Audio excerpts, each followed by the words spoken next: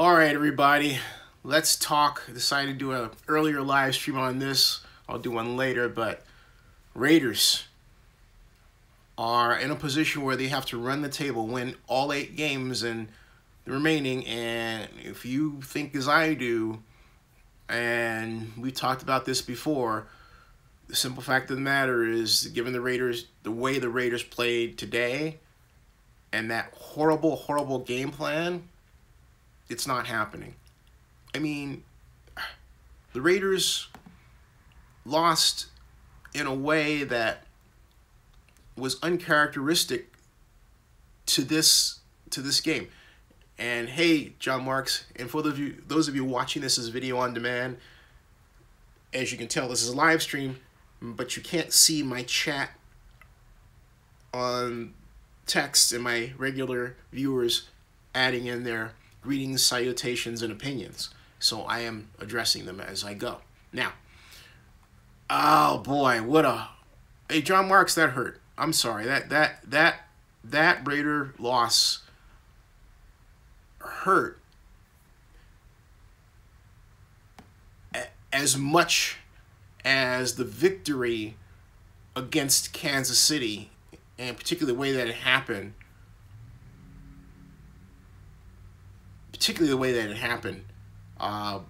Did. Now, I have to say this. The offense gave the game away. It wasn't... The defense held the Bills in check until they reached the breaking point. You know, they're human beings. You only play for so long until you just get tired of trying to make up for the offense's mistakes. And Derek Carr threw 2 interceptions. The Raiders fumbled how many times? Let's see here. The Raiders had 4 fumbles. Get this. And it wasn't one person doing the fumbling. It was a party, folks. You had Ozawale fumbled, Patterson fumbled, Richard fumbled, and Washington fumbled. They all fumbled, all right? Of those fumbles, 50% of them, 2 of them were lost. But 4 of them fumbles. So you had 2 lost fumbles, and guess what? Then Derek Carr comes back and contributes with not 1 but 2 interceptions. You had 4 turnovers by the Raiders. So you can't turn around and say, oh, we're going to blame the defense. No.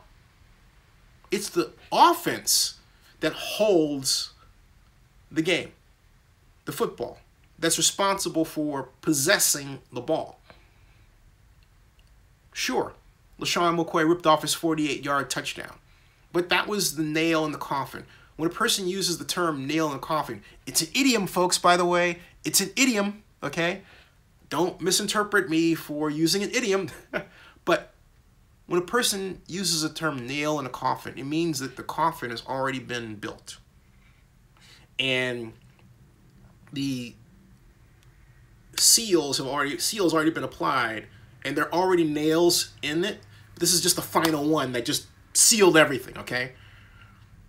You have to build the coffin first. And the Raiders did a great job of building their own coffin. They really did. Derek Carr was 31 of 49, 313 yards, 1 touchdown, but 2 interceptions. And rushing Mr. Washington, he only had 26 yards, which is terrible. I mean, on 6 carries. So the problem with the Raider running game is not that Marshawn Lynch can't figure out how to run behind the offensive line. It's the scheme of the system. These numbers bear it out. All right? It just is. LeSean McCoy had 27 for 151. But think about it, 1 touchdown. But think about it. What's the key number there? It's 27. They fed him the ball 27 times. That was the key there, all right? So I'll get to your comments. Dio says David Carr. David Carr is the answer? John Mark says, can't blame the defense for this loss. No, John, you can't. And Barry Lee says, I just don't understand how we can win 1 week and lose the next week and make things worse than it was as it was the Bills we lost to. And I think that's the whole point. It's, as John Mark says, it's going to be uphill battle from here. It was already uphill battle when the Raiders lost to Baltimore. And hey, Barry Lee, how you doing? And Hennessy says, think someone's going to get fired. I don't think so. I don't see this as someone getting fired. I think firing anyone would be an unnecessary and drastic locker room interruption that would certainly signal the road to a bad game, a bad season. Now, the only firing would be, and I don't think it's something that should happen, Jack Del Rio. There's no reason to fire him. The Raiders have what are called correctable errors. And by the way, Barry Lee, if you're tweeting this out, please tweet out hashtag Raider Nation. Barry Lee says, I got his comment. Corvette, how are you doing? Corvette says, need a better coaching staff. See what happens. I do agree that the coaching is a problem, but I'll be specific. The coaching problem has to do with the lack of desire this time to go deep. And it's not that we didn't have the horses, but we didn't put in the right formations.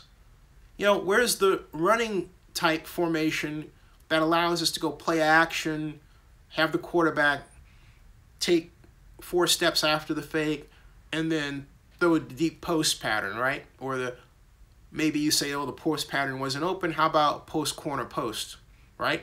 Which you can only execute after play action, which buys you enough time to have your receivers do that, right? Where's that sort of thing? The Raiders never once ran an I formation, or like the cockeyed eye we used to see.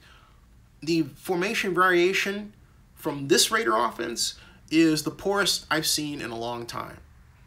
And what got them over the hump in previous, like last year, was the variation in passing patterns, which was really something else under Musgrave. Yeah, I did say that, okay? Still not sold on the whole offensive coordinator switch thing. And the record bears it out. So, John Mark says, maybe the uniforms are the answer. The Color Rush right AFL uniforms. That's interesting. Barry Lee says, Jack Del Rio should be our head coach because he won a Super Bowl. And he did? You mean won a Super Bowl when? Because if you're saying the Broncos, actually,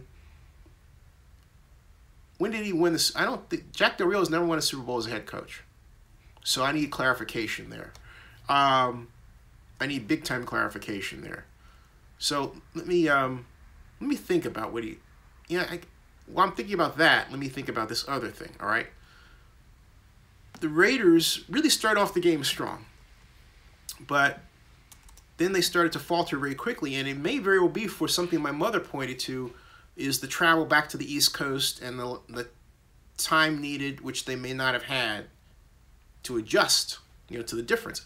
I can tell you, being on the East Coast now and doing this quite a bit, it will take a lot. That trip will take a lot out of you, and you've got to get there early and give yourself some days to get acclimated and get on a normal sleep schedule and make sure you get enough sleep. If you don't, and you have to do something like play a football game, once the adrenaline wears off, it can hurt you. So I wonder, and I think my mom is on to something there. I think she might be right about that. I don't know how the Raiders prepared for this in depth. I can tell from such things as when the airport left, right? But I don't know in specifics what they did. Now, I only know that they went back and they looked like they were tired down the stretch. They just did. So we've got Corvette saying Del Rio never won a Super Bowl as a head coach, just as a coordinator. Okay, right. And so therein lay my point. He hasn't had the opportunity to build a platform on his own and win a Super Bowl with that platform. Now, he's had opportunities to build his own platform. He was head coach at Jacksonville, but he didn't take the Jaguars to the Super Bowl. All right? So John Marks says, Jack Del Rio won a Super Bowl as a defensive coordinator with the Donkeys. It was Peyton Manning's last Super Bowl as a Bronco. Yeah, but I was at that Super Bowl, okay?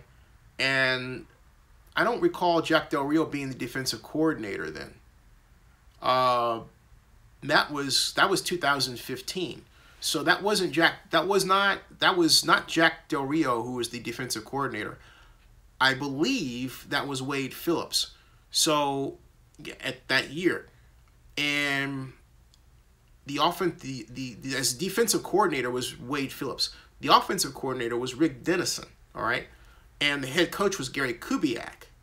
Okay, so yeah, so by that point, Jack Del Rio was in his first year as coach of the Raiders. So that's not true. So Jack Del Rio has not won with the Broncos as coordinator. All right, and Barry Lee says the point is he has a Super Bowl ring, and I'm trying to think where was that? Where? Okay, so where was that ring? Because when Manning went to the Super Bowl and won, that was against Carolina. The last time they went to the Super Bowl and they lost to the Seahawks, all right? And then Del Rio was coordinator, but they lost, all right? So where is that? Anyway, Silverman says Downing is awful. Silverman says short pass offense doesn't work. And he also says, I guess this Chiefs game where they went deep was just for that game. And that's a great point, Silverman, because I thought about that myself. It was really puzzling to me that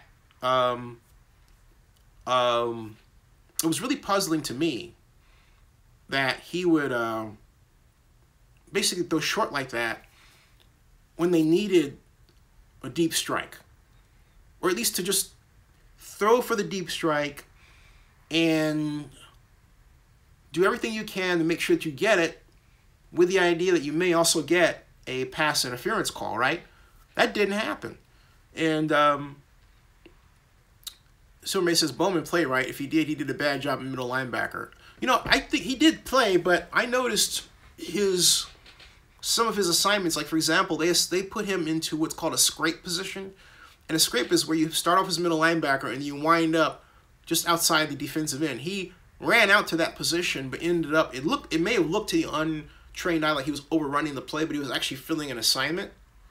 And McCoy went this way. He only gained about 4 yards at the time, but I did notice it, and I was thinking, okay, that's a scrape assignment, but the untrained eye would think, oh, he's ran away from the play, and that's not true. It was an assignment.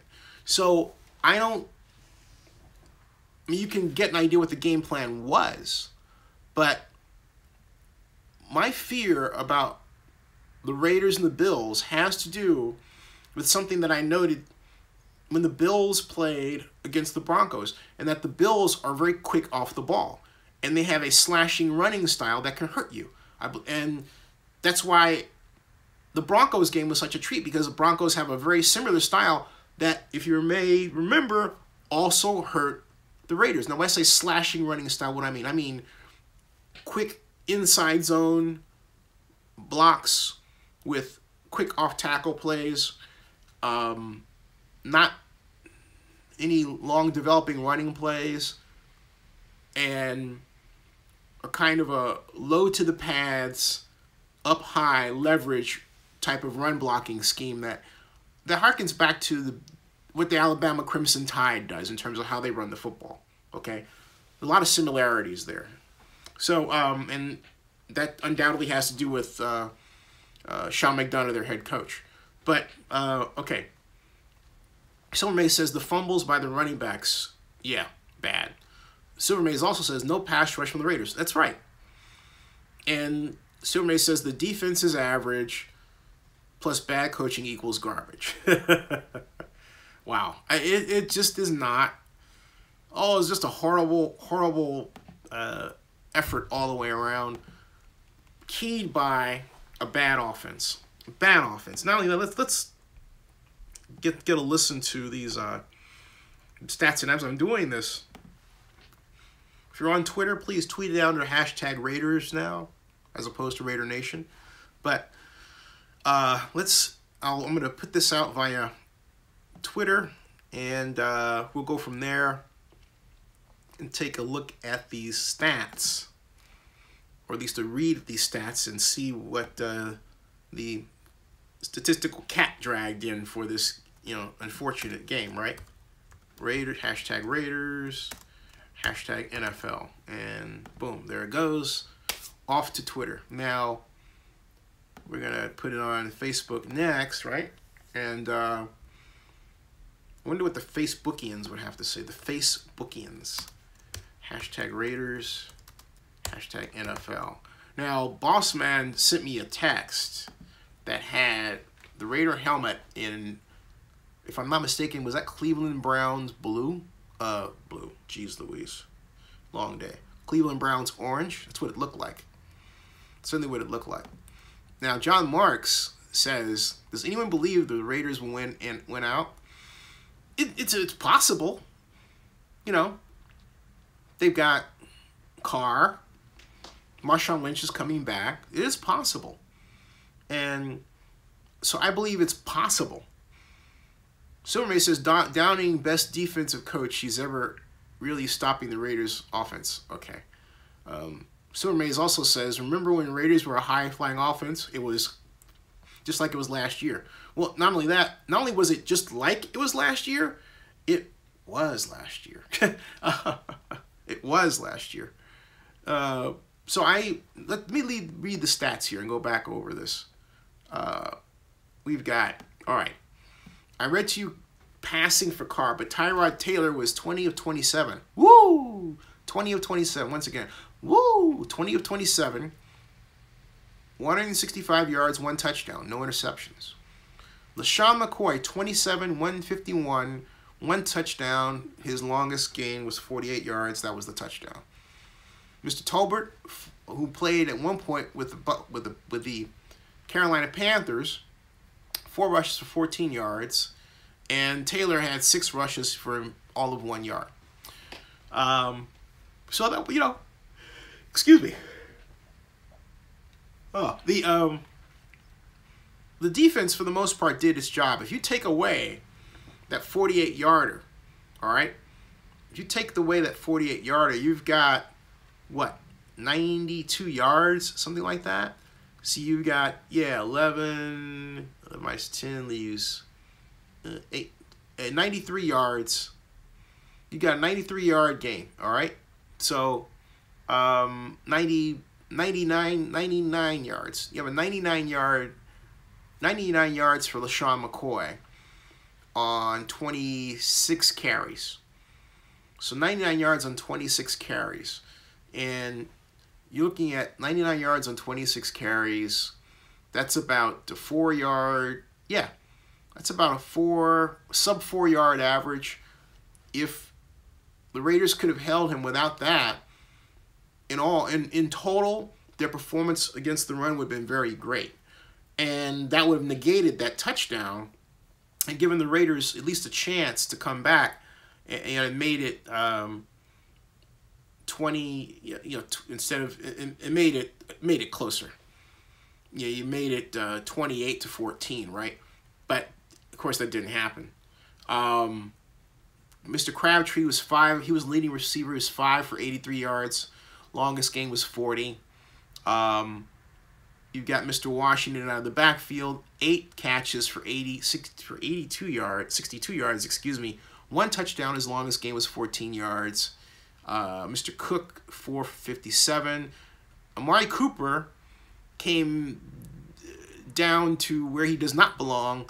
5 catches, 48 yards. That's it. Richard, 5 for 35 yards. Cooper should have had a long gain here. It wasn't his fault. He didn't. They just didn't throw it to him long. So going down here, we got total first downs. Guess what?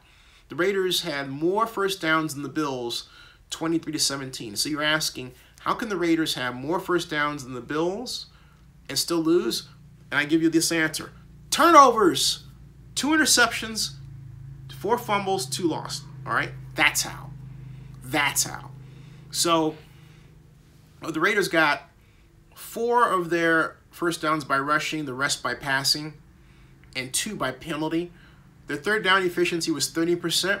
The fourth down efficiency was 50%. Total net yards, 367 to 331 for the Bills. Fourth down efficiency for the Bills, they were 100%. Third down efficiency, they were better than the Raiders at 40%. Total, their average game per play, offensive play for the Bills, get this, 5.2 yards. For the Raiders, it was 5.8. So statistically, the Raiders performed better than the Bills and had enough stuff to win. But the turnovers destroyed it. It just destroyed everything. You cannot win if you can't hold on to the ball. And that is what happened in this instance. That's what happened in this instance. We can dissect, talk about every other part of the game, but the number that jumps out at you, particularly because the statistic was so lopsided in favor of the Raiders, were the turnovers, which I might add were the lopsided in favor of the Raiders too. So it was a game that, given that, we should have lost. And as John Marks says, 4 giveaways loses the game. And Silver May says they have so many holes on defense and the play calling is beyond awful.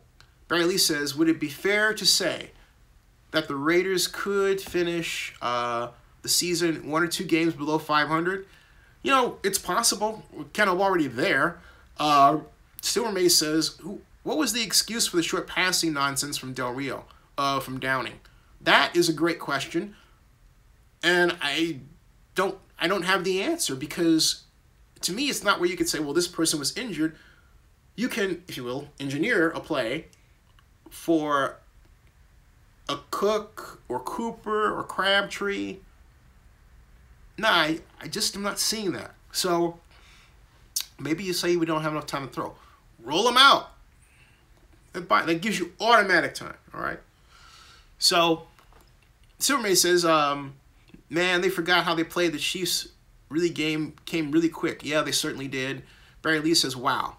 We have a shootout going on between Seattle and Houston, all tied up at 21, and it's only the second quarter. What? Hey, Deshaun Watson scored. Deshaun Watson was responsible for the first 2 scores. The touchdown they threw, the long pass to Fuller, and then the interception that was ran back for a pick 6. Wow. So Silverman says either wide receivers can't get open, or the scheme is just generic. And I think it's the scheme is generic. Dank Mex says I should be head coach. Hey, offensive coordinator, put me in coach. I'm ready to coach. That's a variation on put me in coach. I'm ready to play. So, folks, this is an early live stream, and what I'm going to do is, I know all of you are watching NFL football, and I'm going to go back and watch that game. So I will see you all later tonight. All right? Double shares tonight, by the way. Double shares tonight. And Silverman says their secondary was injured, so they have no real excuses. There you go. See you all later tonight, okay? Same bat station. Later bat time. Right, John Marks? Happy Halloween, everybody. And as our Chiga responds us, Buffalo D is solid. That's true. Yep. Maybe the best in the league. Yeah, no, I would say not, because the Raider defense actually performed better, if you take a look at the numbers, than the Buffalo defense. The Buffalo defense gave up more yards on total offense to the Raiders than vice versa. So, no. All right. So, anyway, as John Marks will say, bet your last money. It's all going to be a stone gas, honey. I'll see you all later tonight. Go Raiders. All right. See you guys later. Enjoy NFL football.